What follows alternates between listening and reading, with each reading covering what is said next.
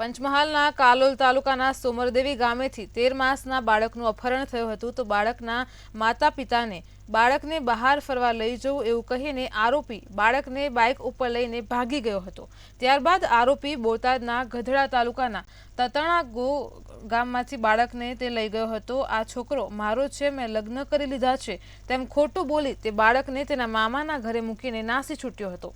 બોટાદ જિલ્લાના જે ઢસા ગામે છે તેમાં પોતાના મામાના ઘેર મૂકેલા આ અપહરણિત બાળકને પોલીસે મુક્ત કરાવીને તેના માતા પિતાને સોંપ્યું હતું।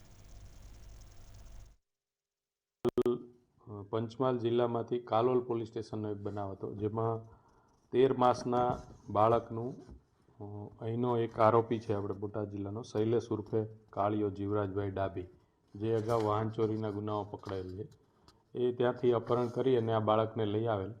બોટાદ જિલ્લા એલસીબીની ટીમને આ બાબતે માહિતી મળતા તુરત જ ટેકનિકલ સોર્સિસ તેમજ હ્યુમન સોર્સિસની મદદથી આ બાળકને શોધી કાઢી અને પંચમહાલ જિલ્લા ખાતે એના વાલીને સુખરૂપ રીતે અમે પરત સોંપેલ છે અને આરોપી અંગેની વધુ તપાસ હાલ ચાલુ છે।